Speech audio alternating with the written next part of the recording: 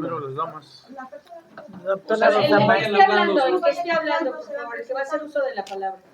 Ok. El que iba a responder sobre el Congreso. ¿Quién iba a ser, perdón? El doctor Ricardo. Por favor. ¿Qué tal? Muy buenos días. ¿Les puede acercar? ¿Cómo no? Gracias. ¿Qué tal? Buenos días. Yo soy el doctor Ricardo López Méndez, soy médico psiquiatra de niños y adolescentes, soy médico adscrito al Hospital Psiquiátrico Infantil. En esta ocasión estamos invitándoles al segundo Congreso Internacional de Profesiones Afines que vamos a realizar en fechas del 12 al 16 de agosto en las instalaciones de aquí de la FEDSE.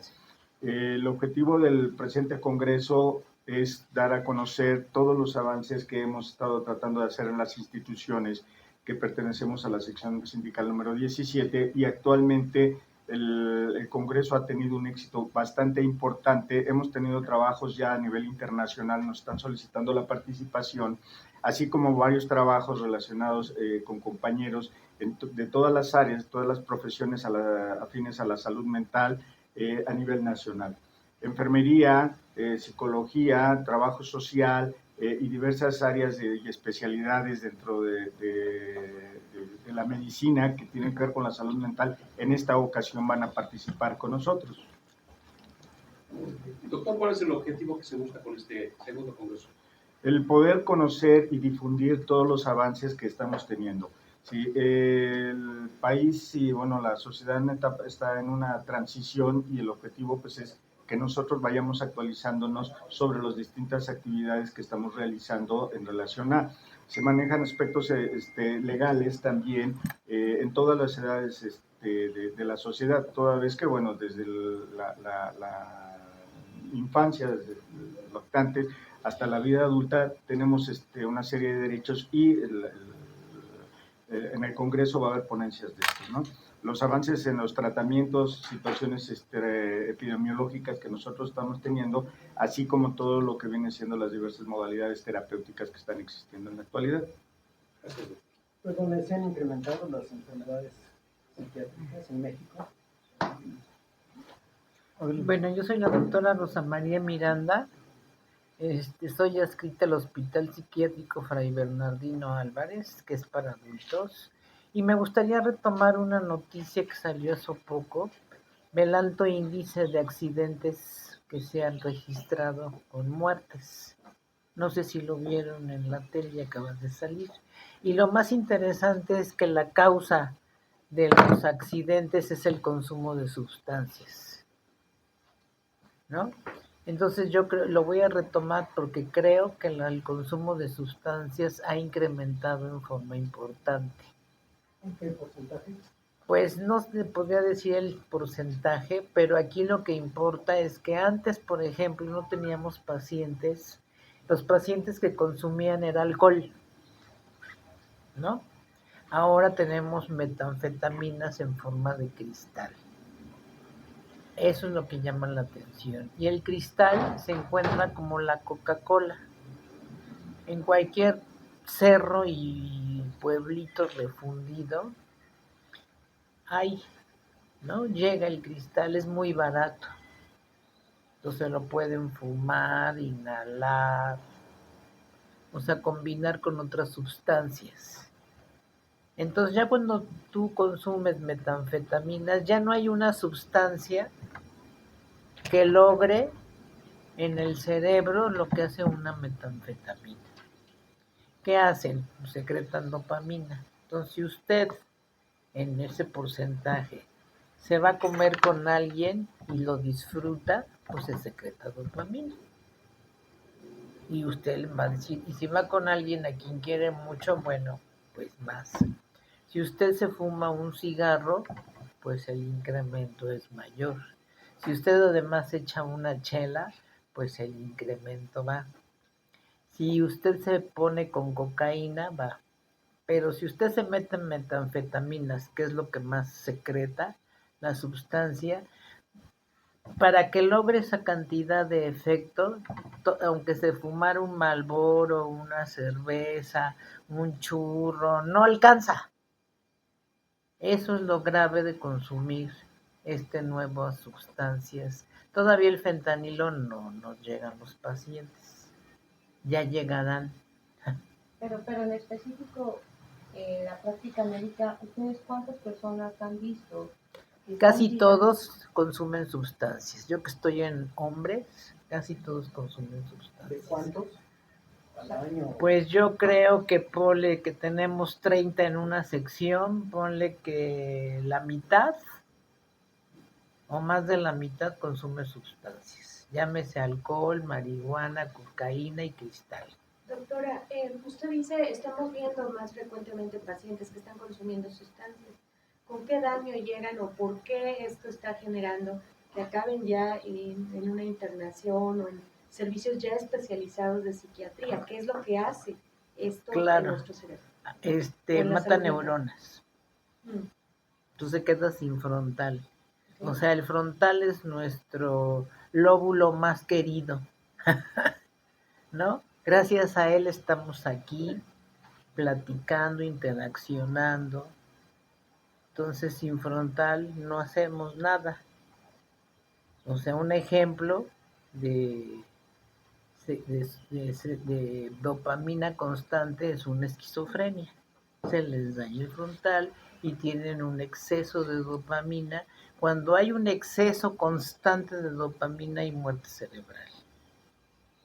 O sea, si usted se enoja, tiene derecho a enojarse, pero no más de 30 minutos, ni menos de 90. O sea, si usted es de las que no lo suelta, suéltenlo porque su cerebro muere neuronas. Perdone, para tener un comparativo, el año pasado, ¿cuántos pacientes hay que se hayan incrementado? Pues yo creo que se ha incrementado tanto Con porque relación al año pasado. en el hospital psiquiátrico antes, el año pasado, no había hospitalización en la clínica de patología dual. ¿Qué es patología dual? Son pacientes que tienen una enfermedad psiquiátrica y consumen sustancias, que es otro agregado de patología, ¿no? Antes no había hospitalización, ahora sí hay.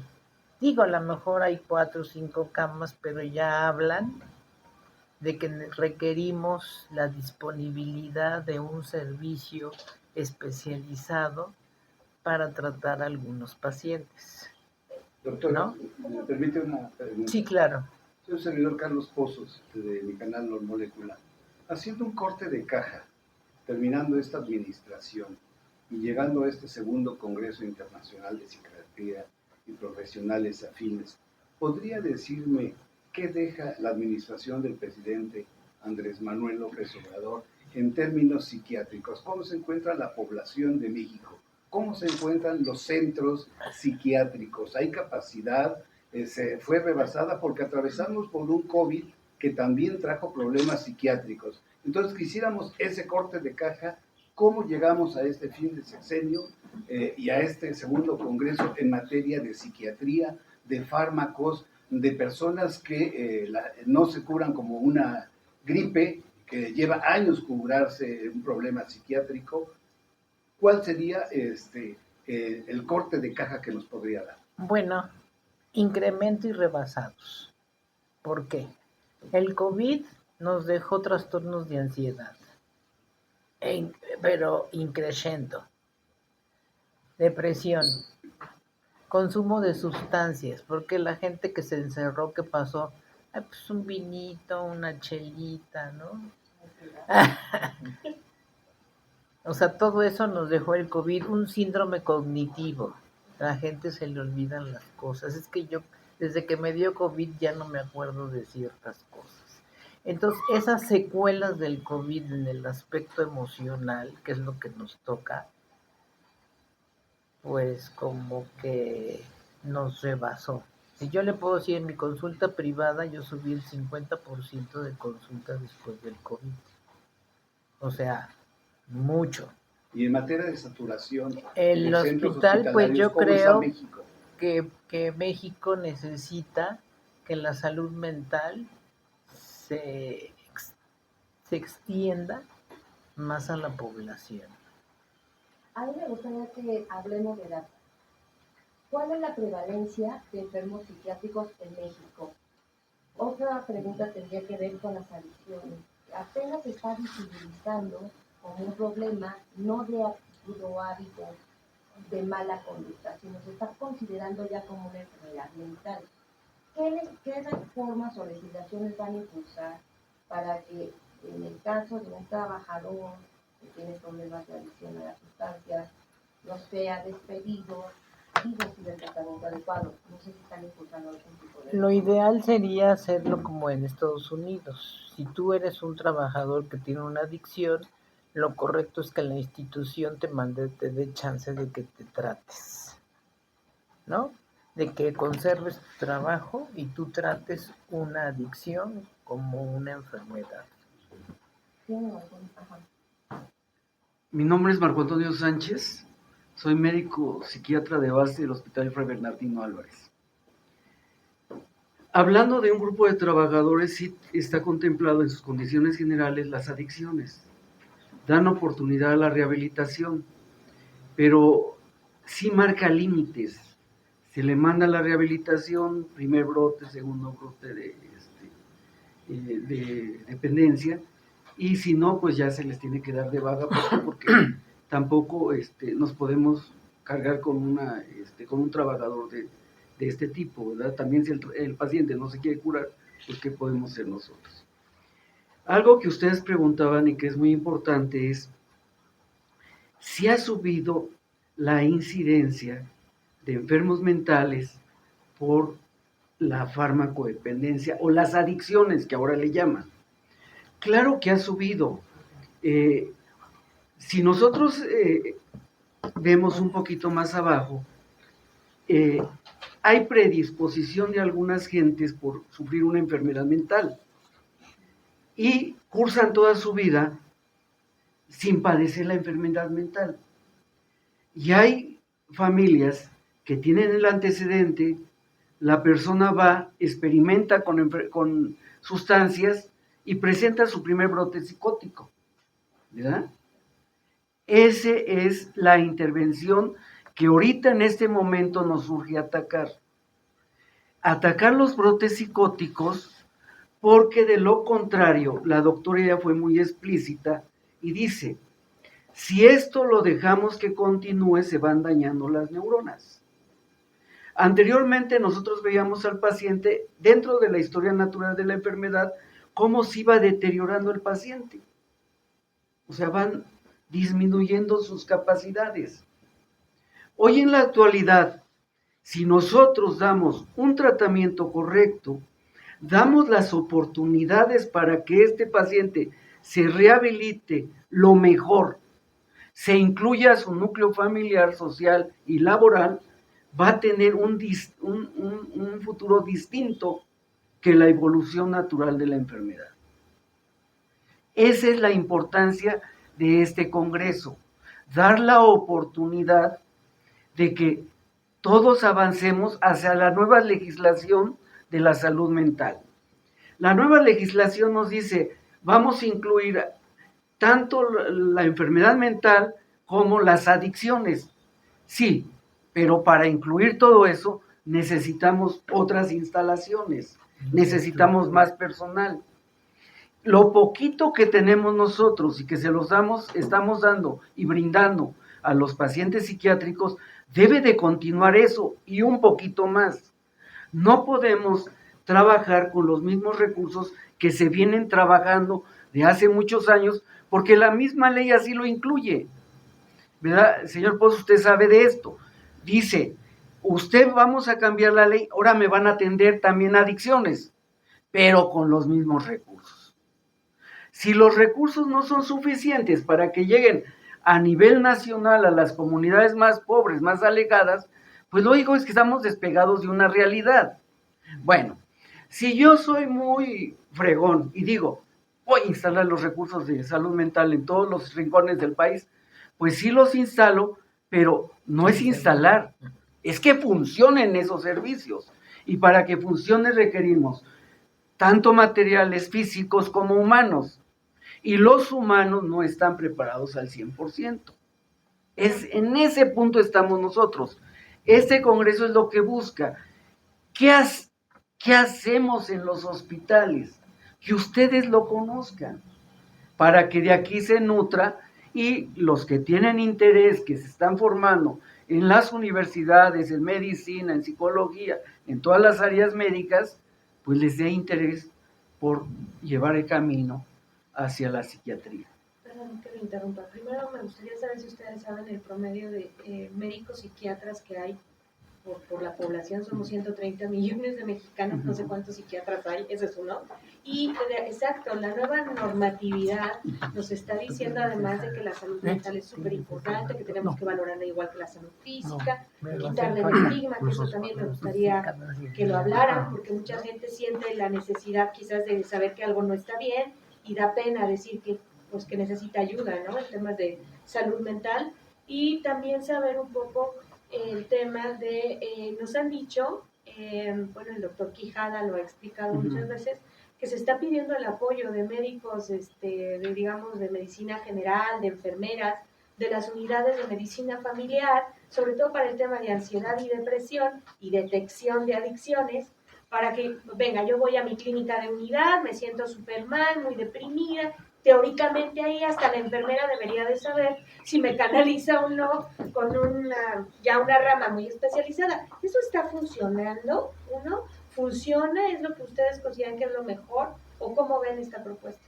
Pues yo creo que se necesita capacitar gente. No nomás es... Dicen que los capacitan, ¿eh? O sea, no capacitados. nomás es llegar y ver pacientes. Uh-huh. Entonces, yo, un médico general con que aprendo a detectar los cuadros y los refiera bien, es aceptable. Quisiera comentar algo de su pregunta. Soy el doctor Francisco Shimazaki, soy médico adscrito al Hospital Psiquiátrico Fray Bernardino Álvarez. La OMS nos dice que lo ideal sería un psiquiatra por cada 10,000 habitantes, pero pues eso no pasa, pues sigue siendo una especialidad todavía que tiene cierta tabú, ¿no?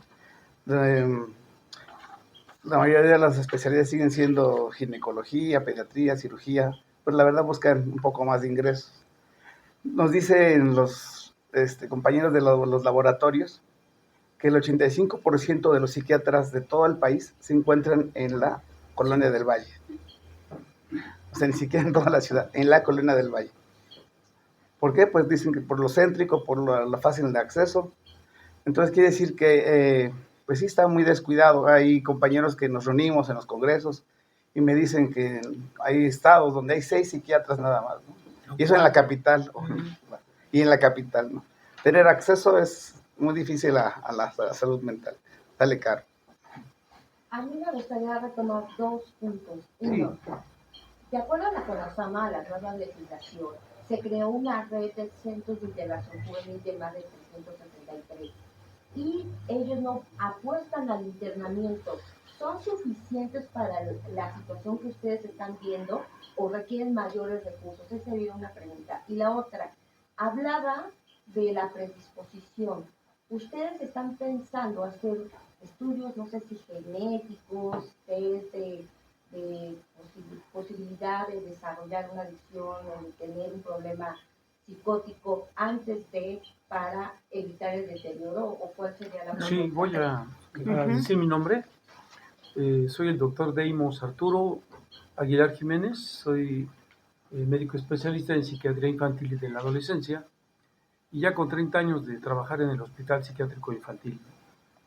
Y este tema tan sensible, tan delicado, pues de la salud mental y lo que es el desarrollo infantil, no se ha atendido de manera adecuada. Más del 50% de los trastornos psiquiátricos en los adultos empezó en la infancia. Ese es un tema gravísimo porque no se atendieron.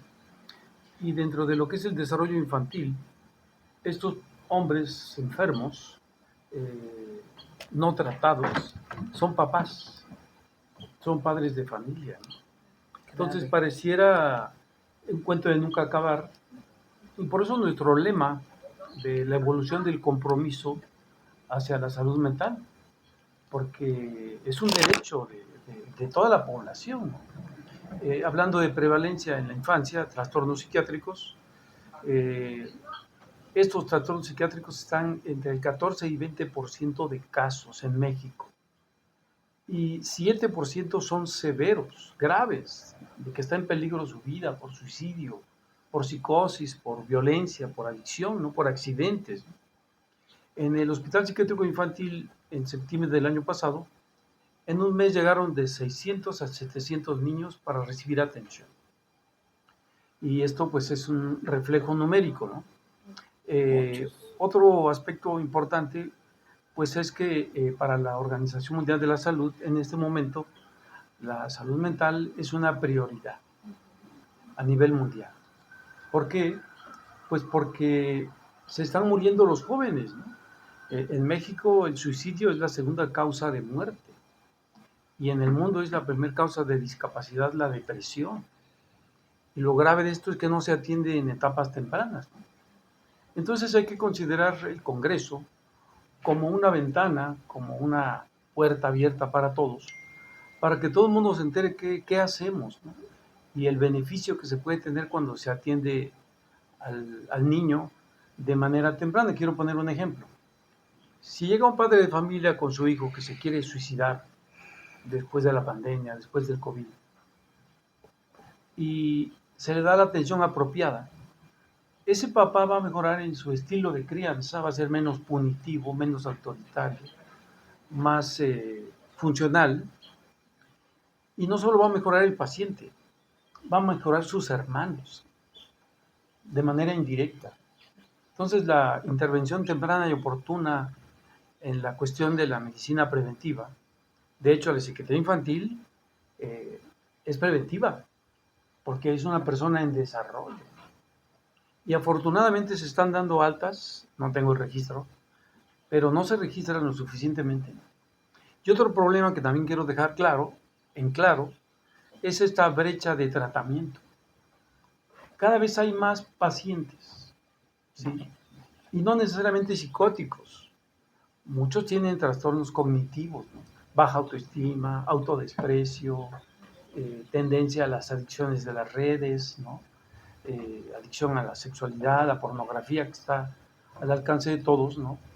Y entonces se implementan más centros de atención, pero no están los especialistas, está gente capacitada, médicos generales, pero que no tienen, ¿no? la preparación suficiente para hacer una intervención efectiva. Entonces son como darle a tole con el dedo al pueblo, y no, hay que tomar muy en serio lo que es la psiquiatría y el desarrollo infantil. Doctor, perdón que lo... Sí. En el tema, por ejemplo, del suicidio infantil hay un crecimiento. Sí, Y sí, por supuesto. Nos hablará de esto porque son casos ya extremos. Ya vemos niños de 10 años, ¿no? Con intentos bien concretos. Sí, sí, grave. Lamentablemente con suicidios. ¿Qué es lo que está pasando? ¿Por qué los niños están llegando a esta situación? Dejo un número que nos dice que se calcula que alrededor de 800,000 personas en el mundo se suicidan cada año. ¿Esto qué quiere decir? Que cada 40 segundos se está suicidando una persona. ¿Qué sucede? La educación académica no hace buenas personas, no hace gente que tenga amor propio. La educación académica hace buenos profesionistas, brillantes. Pero se ha descuidado la otra parte, el desarrollo humano. El desarrollo humano es un hijo planeado y no de un adolescente que llegan seguido al hospital de 13, 14 años embarazadas. El desarrollo humano es la autoestima, el autorrespeto, el autogobierno, el autocontrol, el autocuidado, etc. Eso es lo que está descuidado en nuestra cultura. Se enfoca más la parte cultural al conocimiento, al 10, a la excelencia, pero se ha dejado de lado esa parte de la autoestima, que es vital porque es un factor protector para no morirse. Diario veo en la consulta a pacientes jóvenes, quieren morirse, no tienen un sentido, no tienen un proyecto. Para ellos, por la cultura, es la inmediatez del placer. de las redes sociales, de la sexualidad, del alcohol, de la fiesta. No tienen un proyecto y eso es grave porque como cultura, eso es lo que hay que darles a ellos para que quieran vivir. Ahora que lo menciona y lo ligó con la escuela, el nuevo modelo educativo tiene un énfasis muy claro en las habilidades socioemocionales. De hecho, se trabajan ya de forma transversal en cada uno de los proyectos que tienen que realizar los niños. Y hablando con los profesores, ese tema socioemocional, ese despego del amor propio, es algo que los maestros te comentan todo el tiempo, ¿no? Pero Sí. es algo que lo notan que viene desde la familia también. Es decir, crecen en un entorno donde nadie siente amor por sí mismo, Así es, ¿no? Entonces es algo aprendido también. totalmente, ¿Cómo sí. se va a poder romper ese círculo? Porque el profe dice, bueno, aquí se hace lo que se puede, pero en casa se deshace lo que se hace en la escuela. ¿Cómo podemos Sí, remontar muy esto? rápidamente. Hay avances, aprovechando las redes, que hay telementoría, que ya se acerca uno a través de la distancia a los maestros en capacitación sobre lo que es la patología del autismo, que tú eres experto, la patología del problema del aprendizaje, de coordinación psicomotora. Ese es un avance. Y yo veo también con mucha satisfacción que ya la SEP está dando pie a que esta cuestión socioemocional se le dé mayor importancia que a sacar 10 en matemáticas. Sí. Oiga, ahorita actualmente, yo no sé, estos niños, ¿ha detectado algún tipo, sabemos que las adicciones ya cuáles son, ¿no? Sí. Y lo que provoca, pero ¿ha detectado actualmente algún tipo de juego, maña, habilidad, que se están enganchando los chavos y que están cayéndose en picadas? Sí, gravísimo. ¿Cuál es? Digo, no tengo el nombre de un juego, pero lo escuchamos todos los días, pero a tal grado que ya muchos jóvenes buscan en las redes formas efectivas de hacerse daño. De Comer suicidarse. chile, o sea, de Humos. esas cosas que hacen de a ver cómo se ahorcan, Retos del TikTok. ¿no? Sí, Eso retos existe. De graves. que cómo se ahorcan, a ver quién aguanta más, y se han matado. Tomarse una Tomar chile les puede dar una vasoconstricción, no respiran y se mueren, y a saber quién aguanta más, ¿no? Sí. Y cada vez les hacen doritos más picosos que se los anuncian en la tele. Ahora, hablando de los niños, la mayoría de los pacientes que consume sustancias empiezan a los 9 años. Eso es lo grave. ¿Dónde están los papás? Pero ¿Qué hacen? Mi pregunta inicial es, la propuesta es detectar todo ese ambiente de predisposición para intervenir al paciente de manera temprana. Claro. ¿Esa es la propuesta que tienen que hacer dentro del Congreso? Mira, perdón. De hecho, mi ponencia está titulada El derecho de los lactantes a la salud mental. ¿Cuál es? ¿El lactante tiene derecho a la salud mental? Entonces decimos que sí. ¿Quién la garantiza? Debe ser el gobierno, a través de la Secretaría de Salud. ¿En apoyo con quién? Con el Secretario de Educación Pública. Los niños todavía a esa edad no están. La propuesta de, al menos en mi ponencia, tiene que ver con esto, ¿no? O sea, vigilar la salud mental de un lactante, estamos hablando de niños de menos de 2 años. ¿Es un derecho? Pues todos diríamos sí. ¿Y en qué consiste? Entonces, parte de toda esta información que nosotros estamos, en especial los psiquiatras de niños, sabemos que los niños podemos empezar a detectar su patología para que no lleguen y se expresen las enfermedades mentales en la vida adulta. Ya se pueden detectar niños que probablemente vayan a desarrollar en la vida adulta un trastorno bipolar, los trastornos de comportamiento, trastornos emocionales que pueden caer en depresión y posteriormente en suicidios. Si el psiquiatra de niños podemos nosotros ir detectando e ir previniendo la expresión de las enfermedades, ya le hicimos. ¿El problema cuál es?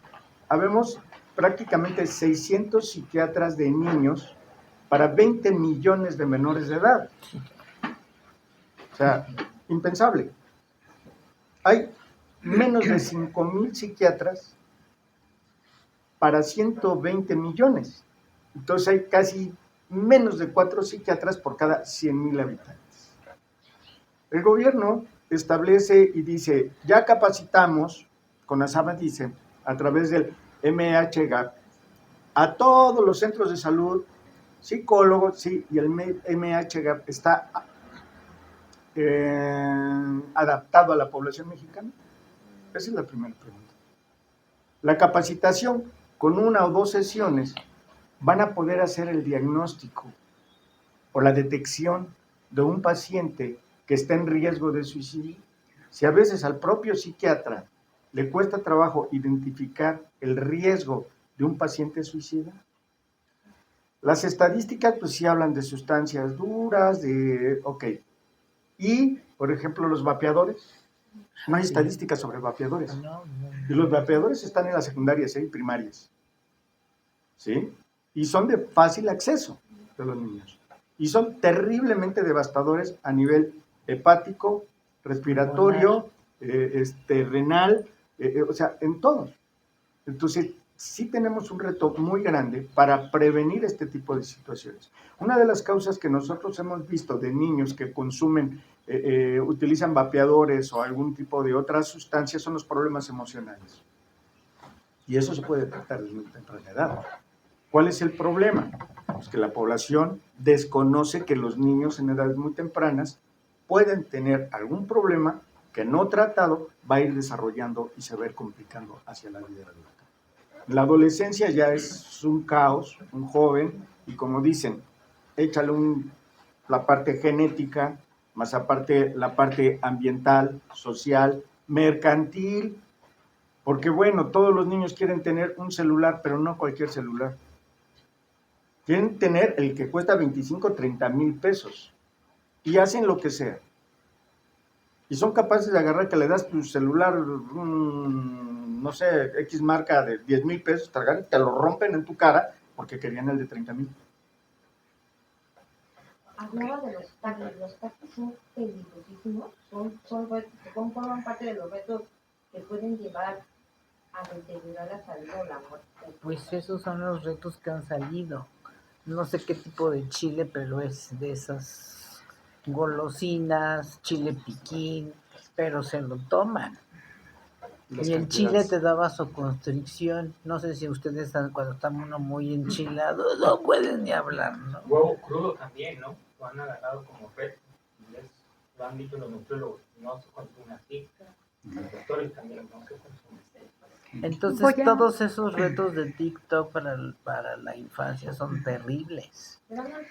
Tomar clonazepam, por ejemplo, fue el reto del clonazepam que todo el mundo supo. ¿Y ahorita saben de alguno en especial, un reto especial? No, pero esos que le estamos diciendo existen. Ahora, un niño trae como dice, la carga genética, que es que se exprese.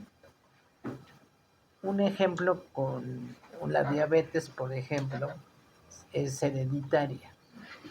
Si usted come hamburguesas, pizzas, lo que sea, ese gen que está dormido se va a expresar y usted va a ser diabética. Si usted, en lugar de ese tipo de alimentos, come frutas, verduras, ese gen dormido se va a expresar, o a lo mejor nunca se expresa. Igual las enfermedades mentales se pueden expresar y podemos hacer que la expresión sea más tardía. Entonces, este modelo que están proponiendo la CONASAM a través de la red de centros de integración juvenil, los centros de atención, ¿está solamente dando 1 o 2 atenciones y no está llegando a la raíz del problema? Mire, yo le voy a ser muy claro. Yo creo que si se hace algo, lo mínimo que se haga es bueno. Y hay que aplaudirse, ¿no? El esfuerzo que está haciendo el doctor Quijada y todo su equipo, pues yo creo que es bueno porque están dando a conocer que hay una necesidad real a nivel nacional del derecho a la salud mental. Lo que no alcanzan a vislumbrar es de que anteriormente una era considerada la enfermedad mental y otra las adicciones, porque las adicciones realmente es un fenómeno social.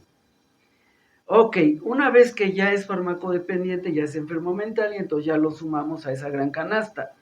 pero esa gran canasta no tiene los recursos para actuar.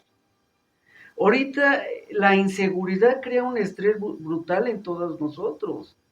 Ustedes salen de su casa y ya salen con estrés. Ya nada más se fijan a ver quién está en la esquina o quién no está, si los vienen siguiendo, si no los vienen siguiendo, aprietan el morral, el monedero, lo que traigan. Eso es un estrés brutal el que estamos sufriendo. Que si el metro, pues el metro está brutal porque si te vas en la puerta te van a ir tocando, si te vas en medio te van a ir aventando. O sea, es el estrés al que estamos expuestos y que nos va a predisponer a determinadas enfermedades mentales y también a la farmacodependencia. Entonces, Lo que piden más recursos. nosotros no pedimos recursos. Nosotros lo que pedimos es que el gobierno dé auge a lo que tenemos en este momento, que dé a conocer el desarrollo que tenemos en nuestra especialidad y que lo que están aterrizando lo aterricen correctamente para que comience a dar frutos a nivel nacional en las poblaciones más alejadas. Porque también, miren, si yo soy una gente inexperta, me llega un paciente con intento al suicidio y le doy una contención no estructurada, pues no sé si le va a hacer bien o le va a hacer mal. A lo mejor se sale del consultorio y se mata porque no le di una contención adecuada. Para dar una contención adecuada, primero tenemos que formular un buen diagnóstico. Una vez que hacemos nuestro diagnóstico, vemos el entorno familiar, social, o sea, todo lo que lleva al diagnóstico correcto, hacemos un plan de acción, un abordaje. Eso es lo que nosotros queremos, que la gente sepa que lo que ahorita tenemos, lo tenemos ya estructurado y que podemos participar en el campo que nos digan, pero necesitamos más gente de la profesión que se dedique a esto. Ahora, no son los centros de integración juvenil, son unos módulos que están, que ya llevan tiempo, que primero manejaban puras dependencias, urgencias psicológicas, eran 3 gentes que estaban en un municipio, otras 3 en otro municipio. No son la gente suficiente, ni están realmente bien capacitadas como para diagnosticar plenamente y enviar a otro nivel. Bueno, y si yo agarro allá en la sierra y diagnostico una persona, ¿cómo le hago que llegue a la ciudad si no tiene los recursos? ¿Cómo le hago? Digamos que se necesita un buen programa de difusión. Efectivamente, lo que necesitamos nosotros, un programa bien estructurado desde el gobierno. Ahora, ¿qué es lo que nosotros queremos? Que conozcan lo que estamos haciendo actualmente y lo que hemos evolucionado. Porque cuando comienzan a hablar algunas gentes, nos hacen sentir que todavía estamos como estábamos hace 50 años, como tipo asilar la atención. No, señores, nosotros ya no estamos asilares. Nosotros ya damos una atención estructurada, donde tenemos infinidad de herramientas para atender al enfermo mental. Tenemos terapia individual, terapia grupal, terapia colectiva, tenemos la terapia familiar, aquí tenemos expertos, tenemos las gentes más calificadas en nuestro hospital. Si ustedes se preguntan, ¿cuándo lanzaron su convocatoria y cuándo saturaron el número de asistentes? Pues les va a decir que la gente sí está interesada en saber qué hacen los psiquiatras y principalmente los que actúan en este momento con el nivel más alto de atención, que es Fray Bernardino y Juan N. Navarro. Esa es la verdad. O sea, ¿cuál es la élite de la psiquiatría? Son los 2 psiquiátricos. Pero también es importante reconocer que hay otros psiquiátricos que han ido evolucionando.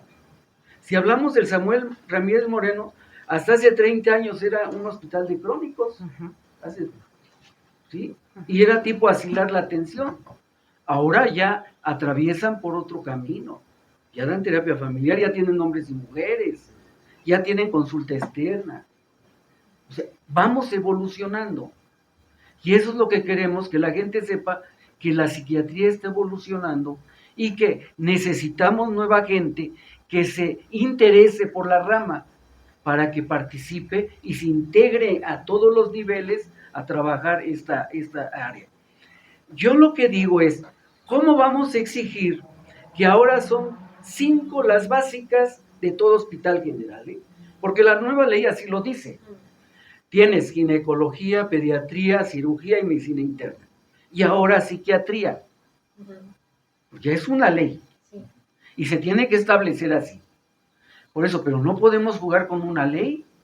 Tienes que meter en esos hospitales por lo menos un médico psiquiatra por turno, una enfermera bien capacitada para situaciones de crisis, una trabajadora social que tenga todas las herramientas para que actúe en beneficio de los pacientes y de programas alternativos reales, ¿verdad? Porque yo puedo agarrar y darle un chocho. La psiquiatría no es de chochos. La mente humana es más compleja.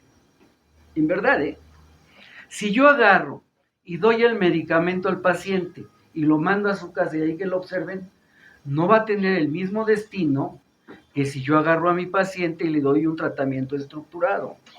¿Cuál es el tratamiento estructurado?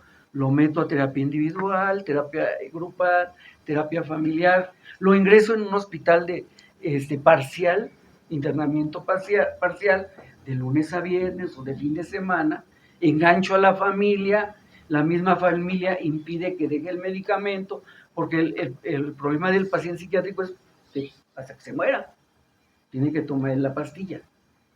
Engancho a la familia evita que ese paciente abandone el tratamiento y por ende el futuro de ese paciente pues va a ser el mejor. Se integra a su vida social, a su vida familiar. A lo mejor un solo brote en su vida, un brote psicótico, y jamás vuelve a tocar un hospital siguiendo un tratamiento adecuado. O sea, Bienestar está cumpliendo con dotar de psiquiatras especializados como más. Bueno, nosotros no somos Bienestar, estamos centralizados. Bueno, entonces el nuevo modelo de salud que se universalización está cumpliendo con esto. No está cumpliendo, o sea, se supone que nos tenemos que engranar, pero ¿cómo nos vamos a engranar si no tenemos todavía la estructura completa? Pero además no hay suficientes psiquiatras, No. O sea, no pueden cumplir por el simple hecho numérico. Claro. Doctor, una precisión. Entonces, de acuerdo a lo que se ha dicho aquí, ¿México está perdiendo la lucha contra las enfermedades psiquiátricas? ¿Sí o no? No, mire, yo creo que de todos los países, si usted agarra todo lo que es América, los hospitales psiquiátricos pues, son los mejores, los de México. Incluso aquí teníamos la visita hasta hace unos años de gente de otros países, de España, de Inglaterra, y veían cómo era nuestro tratamiento. Y mucho de este modelo se copió el modelo mexicano. ¿Por qué? Porque aquí tenemos atención grupal, hospital de día, hospital parcial, tenemos la terapia ocupacional, tenemos la terapia familiar, la orientación por parte de trabajo social de los familiares. O sea, es toda una gama que engrana todo a bienestar del paciente. Nosotros no hemos bajado. Lo que pasa es de que nuestro equipo no alcanza las manos a extenderse, a atender a toda nuestra población. Sí, Claro. nuestro Doctor, equipo es perdón. interdisciplinario y justamente la psicóloga Celia Sí, muchas gracias. nos va a Sí. aportar algo. Soy la psicóloga Celia Sánchez, soy adscrita al Hospital Psiquiátrico Infantil Juan N. Navarro. Y bueno, lo que yo quisiera enfatizar ahora, que tiene que ver con las preguntas que ustedes han hecho, quiero enfatizar en nuestro programa académico que tiene ponencias muy interesantes desde la evaluación hasta el tratamiento en las diferentes áreas y en niños, adolescentes y adultos. Estamos abordando temáticas de actualidad, ¿no? Es un programa francamente completo y, por ejemplo, viene una persona de Costa Rica en donde el Hospital Psiquiátrico Infantil capacitó al personal de Costa Rica con nuestros protocolos de atención, con nuestros protocolos de evaluación e intervención y los llevamos a Costa Rica. Entonces, nos hemos aportado entre países. También viene alguien de Brasil, con quien también hemos hecho una comunicación muy estrecha respecto a la evaluación. Entonces, nos nutrimos entre países, nos nutrimos. Pero lo más importante ahora es que nos demos cuenta de que este programa, en nuestro segundo Congreso Internacional de Psiquiatría y Profesiones Afines, es un programa muy amplio que abarca desde la evaluación en infantes hasta el tratamiento que se puede dar a los adultos. Esa es mi intervención. Muchas gracias. ¿Qué tanto está afectando el estrés, las enfermedades mentales en el entorno laboral? ¿Cómo se está manifestando? ¿Disminuye la productividad? ¿Cómo lo ven ustedes? Doctor Sima. Bueno, sí. Hay un concepto conocido como el burnout. ¿Sí? El burnout es el empleado quemado, el trabajador quemado. Es una enfermedad debida al estrés laboral, donde pues hay mucha carga de trabajo, pero sobre todo poco reconocimiento y poca validación por lo que se hace. Desafortunadamente, pues sí, se ha ido incrementando. Las condiciones, pues yo creo que la falta de capacitación del personal, falta de ingresos o falta también de un aumento, pues, que pueda hacer estímulos y ascensos. Eso va obviamente a fomentar la presencia de este burnout, y sí se ha visto que es bastante frecuente. ¿Y cómo se manifiesta ya en las relaciones laborales? ¿De qué acción? Bueno, el paciente empieza a presentar todos los datos sugestivos de un cuadro depresivo. Va a haber ausentismo, baja productividad, puede asociarse al consumo de sustancias, alcoholismo, otros fármacos, mala dinámica con sus compañeros, y eso obviamente pues como digamos en nuestro hospital se vería afectado pues porque va a haber ausentismos y baja productividad. Y en estos últimos años después de la pandemia, ¿han observado que ha aumentado esto de los centros de trabajo o se mantiene igual? ¿Cuál es la reacción o la percepción que han tenido ustedes? Bueno, recordar que en la pandemia hubo un momento en que se le pidió a la gente arriba de 60 años que se fueran a su casa. Entonces, eso ocasionó que los que nos quedábamos a trabajar, pues tuviéramos toda la sobrecarga, ¿no? Porque tenían, no nos dijeron, pues las metas van a bajar, las metas seguían con la mitad de los trabajadores, sí. Entonces, pues sí hubo mucha exigencia, ¿no? Afortunadamente, pues ya terminó la pandemia, otra vez regresa el personal, y pues muchos deciden en este trance pues de jubilarse, retirarse. Se ha perdido personas con mucha experiencia, hay muchos compañeros nuevos, eso es lo adecuado, ¿no? lo bueno de esto, pero también pues sí, se ve afectada esa productividad, ¿no? Perdón, yo quisiera nada más de mi parte finalmente una última pregunta y tiene que ver con el tema del estigma. Mucho se nos ha insistido también desde los médicos en generales y cuando tenemos también conferencias acerca de salud mental, que uno de los graves problemas que tenemos es que no queremos, o la mayoría de la población, quizá todos tendríamos que pasar por algún espacio, ¿verdad?, de salud mental, no solo porque no hay especialistas, pero en general es reconocer, porque el primero que se da cuenta cuando uno tiene una enfermedad física, pues es uno mismo, ¿no? Cuando tienes una enfermedad mental, suele suceder que también, sobre todo ansiedad y depresión, pero no vamos a buscar a un médico. Sí, ¿Cómo hay una... vamos a En relación a nuestro problema, sí hay evolución. Porque por lo menos en los 34 años que llevo trabajando en esto, 4 de médico residente, originalmente sí era hasta de vergüenza ir al psiquiatra. Es como, estás loco, ¿no? Y así en breves palabras, ahora ir a psicoterapia es un lujo, es un privilegio. Y muchos padres de familia entienden esto, que no llevan a sus hijos hasta que la gota derrama el vaso, hasta que lo expulsaron de la escuela, no. Ahora ya los llevan de forma preventiva. ¿Cómo está mi hijo, doctor? ¿O cómo estoy yo como mamá? Es que eso es un tema importantísimo. Eso es lo que... Eso es otra. Maravilloso. O sea, hay una reflexión ya acerca de la salud mental. Sí, por supuesto. Todos los niños que presentan un problema Pues los papás tienen un problema. Sí hay una De reflexión. maternizaje, de atención, de familia. Entonces, un niño que tiene un problema, los papás deben de entrar a terapia. O sea, por default. No es el niño. No, Somos pero ahora, nosotros, ¿qué somos te familia. dicen los papás? Es que él tiene el problema. Sí, claro. El niño es el reflejo de los padres. Los niños aprenden por imitación. Entonces, si usted consume sustancias, ¿qué cree que el niño va a ver? Si usted, el feminicidio ha ido creciendo, eso quiere decir que la violencia intrafamiliar está latente. Los feminicidios, la población de feminicidios es, cuando se dan, es por una discusión entre la pareja. Entonces, una discusión la tenemos todos.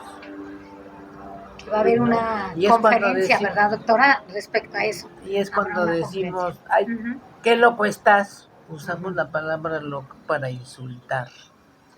Ese es un estigma. No le decimos diabético, quítate de aquí, ¿verdad? O sea, las enfermedades mentales siempre tienen un tabú. Le tenemos miedo a la locura. Y es real. ¿Quién va a querer estar mal de la cabeza? Pues nadie. Porque además no somos conscientes. No nomás de las enfermedades mentales. ¿Cuántas personas en la pandemia murieron por miedo a atenderse? Ya cuando llegaban al hospital la saturación era de 43, ya no tenían pulmones. No es que se les intubara y se les matara, no. Ya no tenían por dentro con qué ventilar, se esperó mucho tiempo. Entonces no tenemos esa educación, tenemos miedo a estar enfermos. Los de cáncer que dicen, oiga, vayas a hacer una mastografía, ¿y qué tal si me sale que sí tengo? Pues para eso es, pero esas son las respuestas que te da la población cotidiana. No quieren saber, y menos de cáncer. Entonces eso quiere decir que no nomás las enfermedades mentales, no tenemos una cultura médica. Ya cuando vamos al médico es porque de plano el problema ya nos rebasó. Respondiendo un poco a la pregunta, de hecho hay una conferencia sobre lo que habla sobre la norma 035 en materia de salud mental en el área laboral, ¿no? Entonces sí, dentro del propio Congreso estamos abordando esta parte del desgaste emocional que va a impactar directamente en la parte laboral. Entonces, nosotros tenemos contemplado también una conferencia en el área de laboral desde el punto de vista del desgaste que está ya en nuestro país aplicada en la norma 035. El problema es que no se lleva a cabo, ¿no?, en las empresas. Doctor, como profesionales, como académicos, ustedes de la psiquiatría, termina la administración del presidente López Obrador, ya la doctora Claudia Sheinbaum comienza a caminar. ¿Cuál sería el llamado que ustedes harían a las nuevas autoridades de salud? Mire, yo el llamado que haría sería, nosotros proporcionamos la atención, los conocimientos. Los programas los hace la autoridad, el gobierno. Nada más que pedirle que esos programas se apeguen más a la realidad de nuestro pueblo. Es lo único que pedimos. Y que sea más efectivo para la comunidad que realmente lo requiere.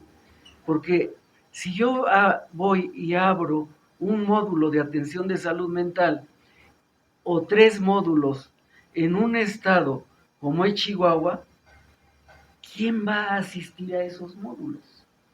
No es suficiente.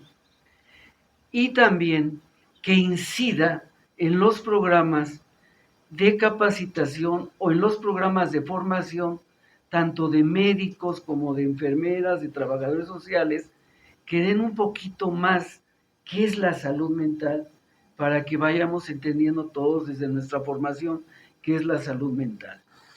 Y también que entienda que lo poquito que tienen el enfermo mental en los psiquiátricos o en los ECOSAN o en todos estos centros que se da atención al enfermo mental, pues no es suficiente como para que alcance y abordemos nosotros con esos pocos recursos un problema tan grave y que está creciendo, pero en forma muy acelerada, que de las adicciones.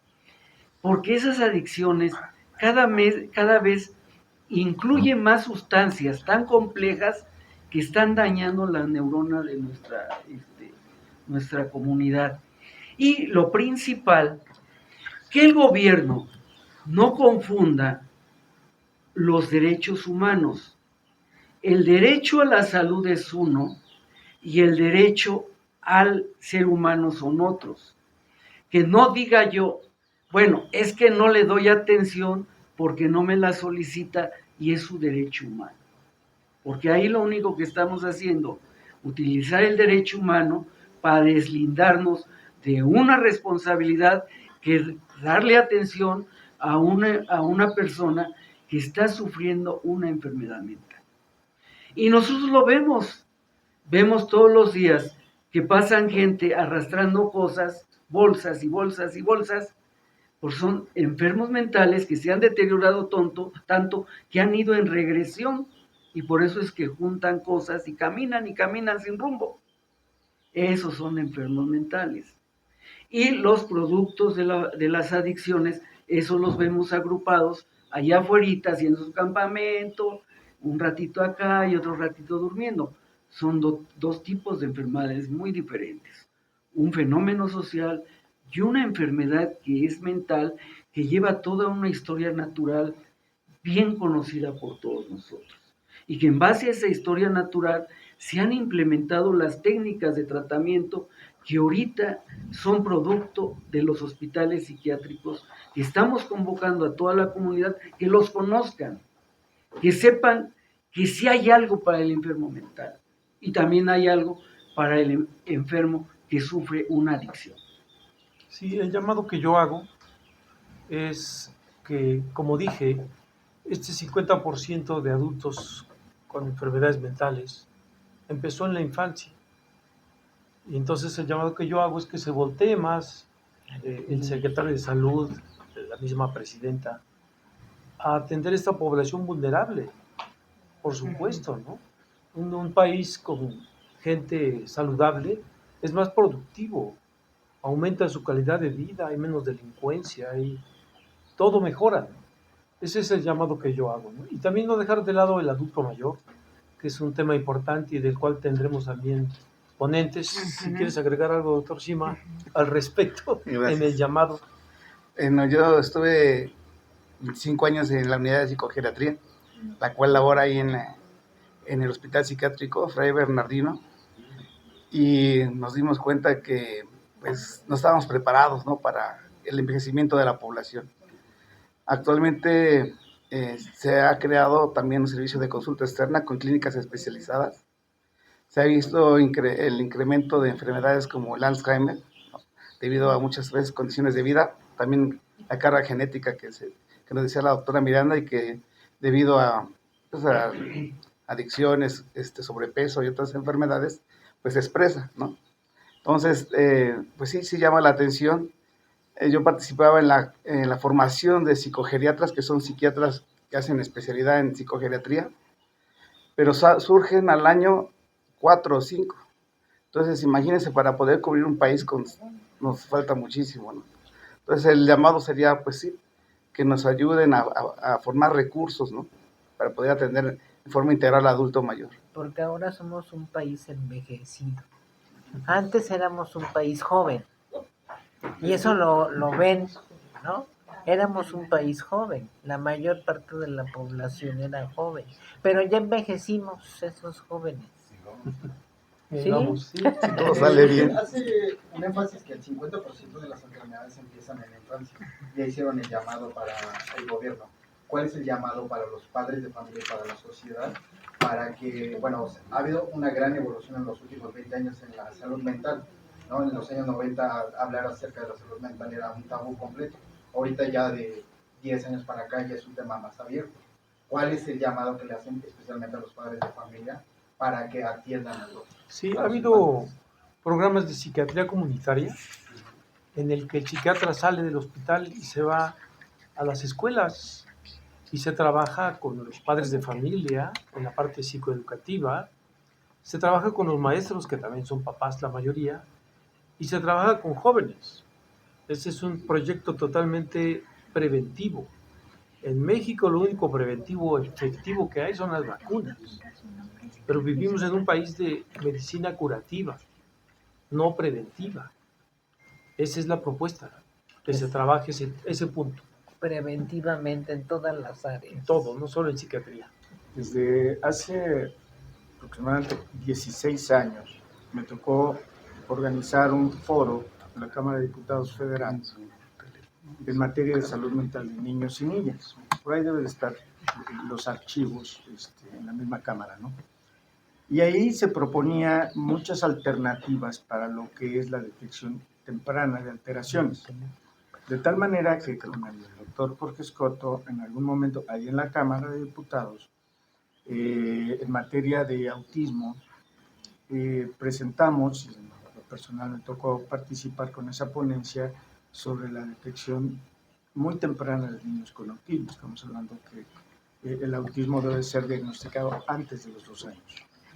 De tal manera que si nosotros volteamos y empezamos a sensibilizar a la población, y entre ellos a los que son papás o los que van a ser papás, que es más importante, sobre que los niños pueden tener algún problema. Y obviamente el doctor Escoto en su momento hizo la propuesta de que se generara una cartilla de salud mental.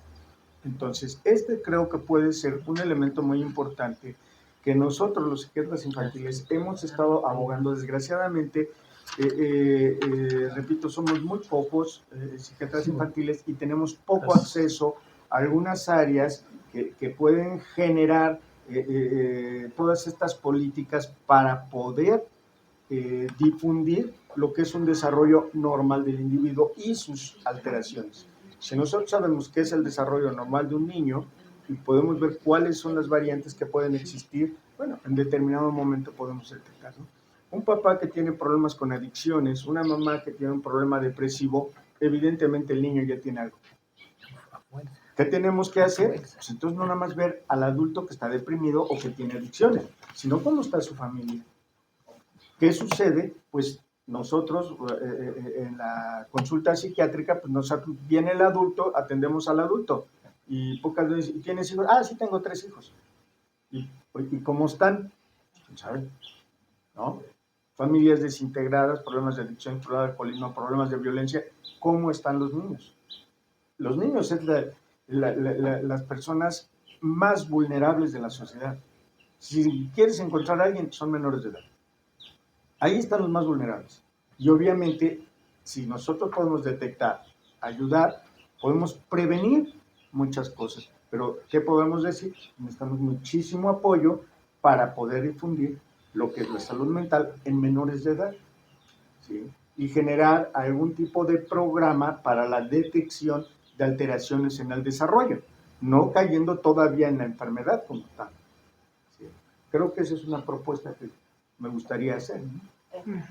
Como decía el bueno, doctor, antes de terminar, sí les aclaro, este congreso no cuesta un solo centavo, es completamente gratis. Quienes participan en la realización, participa el sindicato, la federación, las asociaciones que están ahí, las autoridades, las mismas autoridades dan ponencias y principalmente los trabajadores de los hospitales, pues que somos nosotros. ¿Sí? Sí. Todas las ponencias son excelentes, los esperamos. Esperemos que vayan. Los ponentes somos personas que hemos trabajado más de 30 años en las instituciones y tenemos el objetivo también de dar a conocer todo nuestro trabajo y que las nuevas generaciones se involucren en la atención de los niños, adolescentes y adultos. Muchas gracias. Gracias. Gracias. Gracias.